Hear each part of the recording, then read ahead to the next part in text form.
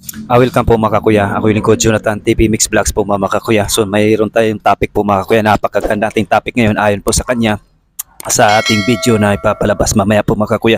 Ay po sa kanya daw, kaya daw umalis siya sa Katoliko dahil ang mga kaparian natin ay hindi nagtuturo ng about sa kaligtasan at hindi bumibisita-bisita daw sa mga bahay-bahay. So yan po ang topic natin for today po mga kakuya. Napakaganda at titingnan natin dahil ito ay pasok sa atin lahat po mga kakuya na kailangan ba talaga dadalawin tayo ng ating kaparian at isa-isahin tayo sa napakalawak at napakaraming mga Katoliko billion po mga kakuya, no? So ano bang sagot natin dito po mga kakuya? Ito ay talaga inosente talaga si kuya, no? Kaya daw umalis siya sa Katoliko dahil lang dito po mga kakuya na hindi daw nagtuturo ang ating mga kaparian about sa salvation. So bago ang lahat po mga kakuya, pasok mo na intro.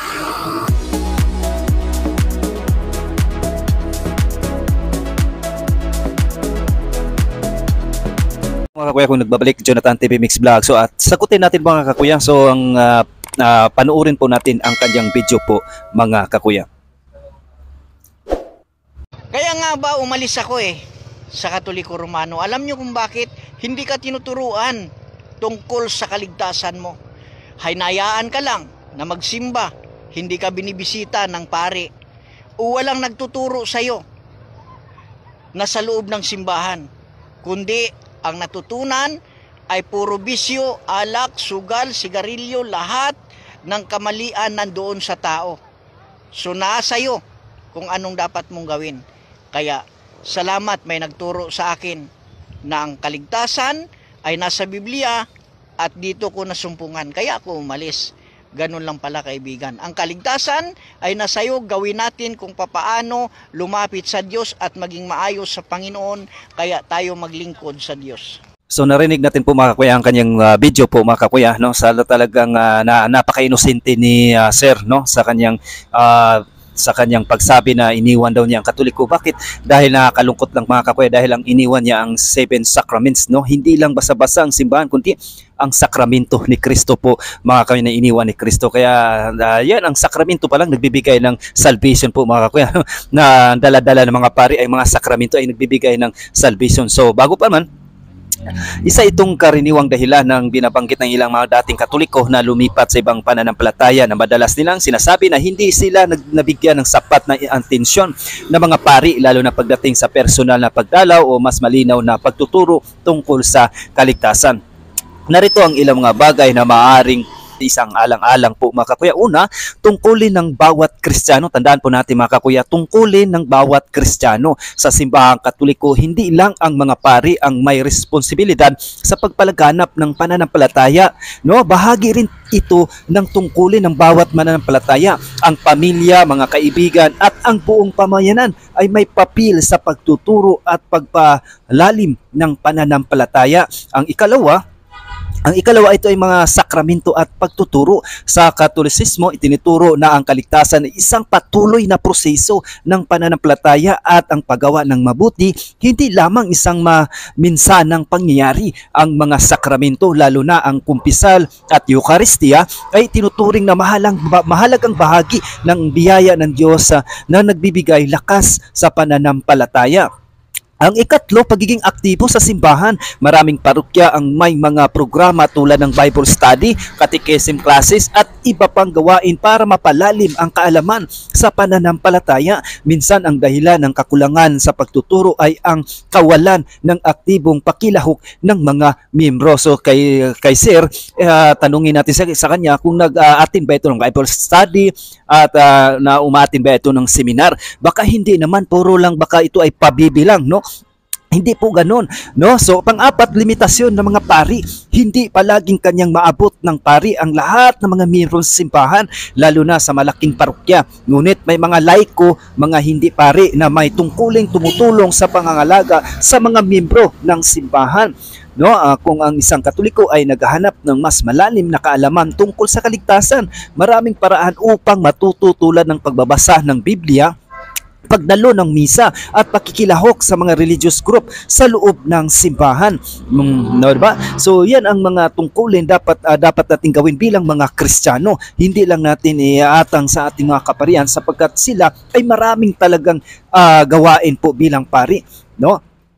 So, hindi daw nagtuturo ang pari ng kaligtasan. Ito ang pinakamalaking mali na sinasabi ni Sir. Marahil ang mga ibig sabihin nila ay hindi madalas na ipaliwanag ng pari kung paano maliligtas sa isang paraan na malinaw at madaling maunawaan. Sa ilang Kristiyanong denominasyon, ang kaligtasan ay madalas itinuturo bilang isang minsang pagtanggap kay Jesus bilang Panginoon at tagapagligtas. Kaya maaring hinahanap ito ng ibang katolikong misa at pangangaral ng pari. Ngunit sa Katolisismo, ang kaligtasan ay hindi lamang isang beses na desisyon, kundi isang patuloy na proseso ng pananampalataya na pagsunod kay Kristo at pagtanggap sa kanyang biyaya sa pamagitan ng sakramento. Sakramento na rito ang ilang mga pangunahing turo ng simbahang Katoliko tungkol sa kaligtasan. Una, kaligtasan sa pamagitan ni Kristo. Itinuturo ng simbahan na si Jesus lamang ang daan sa kaligtasan sa 1:14 verse 6. Sa pamagitan ng kanyang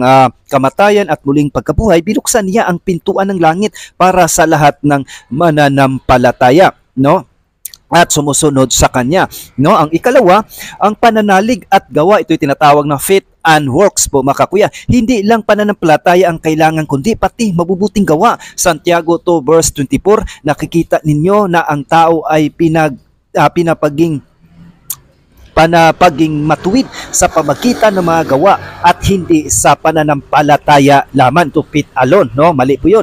Kasama rito ang pagsunod sa mga utos ng Diyos, paggawa ng kabutihan at pagsabuhay ng pananampalataya. Ang ikatlo, ang mga sakramento bilang biyaya ng kaligtasan. Binyag, ito ang unang hakbang ng pagtanggap ng kaligtasan. Nilinis nito ang kasalanang mana at ginawa tayong anak ng Diyos. Ang ikalawa, Eucharistia. Ito'y tinatawag na Santa Misa o Eucharist. Sa pagtanggap ng katawan at dugo ni Kristo, nagkaroon tayo ng mas malalim na pakikisa sa Kanya. Ang ikatlo, kumpisal. Pinagkaloob nito ang kapatawaran ng ating mga kasalanan at muling pinapalakas ang ating relasyon sa Diyos po, mga kakuya. Ang pangapat, ang pagpatuloy sa buhay ng mananampalataya. Una, ang kaligtasan ay hindi isang siguradong bagay na natanggap ng minsanan. Ito ay isang patuloy na paglalakbay ng pagsunod kay Kristo sa Matthew 24 verse 13. Ngunit ang magtiis hanggang wakas ay siyang maliligtas. Kailangang manatili sa biyaya ng Diyos sa pamagitan ng panalangin, pagsisisi at kasalanan at pagsunod sa kanyang kalooban. So, bakit maraming nagsasabing hindi itinuturo ng pari ang kaligtasan? Ito ay pinakamali talaga ng hindi lang naintindihan o talagang naudyukan lang sa mga paliwanag ng mga pastor at hindi nagtanong sa ating mga kaparian. Ito'y tinatawag, mga kakuya, nominal Catholics, binyagang Kristiyano lang pero walang ginawa kung pag-aaral o pagsaliksik sa kanyang sarili. Una, hindi laging tuwirang ipaliwanag. Ang mga pari ay madalas nagtuturo ng ibanghilyo sa pamagitan ng homilya sa misa. Ngunit maaring hindi nila palaging ginagamit ang mga salitang paano maligtas tulad sa ibang dominasyon o mga sikta po, mga kakuya. Ang ikalawa, nakapindi sa pakikinig ng mananampalataya. Minsan naroon ang aral ngunit hindi ito agad napansin o naunawaan ng mga nagsisimba. Ang ikatlo, nagsisimba naman ng palataya na minsan naroon ang aral. So ikatlo, ang kahulugan ng catechism at Bible study. Hindi lahat ng Katoliko ay aktibong nag-aaral ng pananampalataya. Kapag hindi naintindihan ang mga turo, maaring isipin ng iba na hindi ito itinuturo. So ito yung mga dahilan po, mga kakuya, na talagang nalulungkot ako sa talagang napanood nating video po, mga kakuya. Kaya umalis daw siya sa Katoliko dahil nga ang mga kaparian daw natin ay hindi daw nagtuturo na about sa ating kaligtasan. So, tandaan po niyo, mga kakuya, ang hawak ng pari po, mga kakuya, ay yung mga sakramento. Yung 7 sacraments, yan po ay biyaya, bigay ng Diyos. Yan po ay sa pamagitan ng 7 sacraments po, mga kakuya.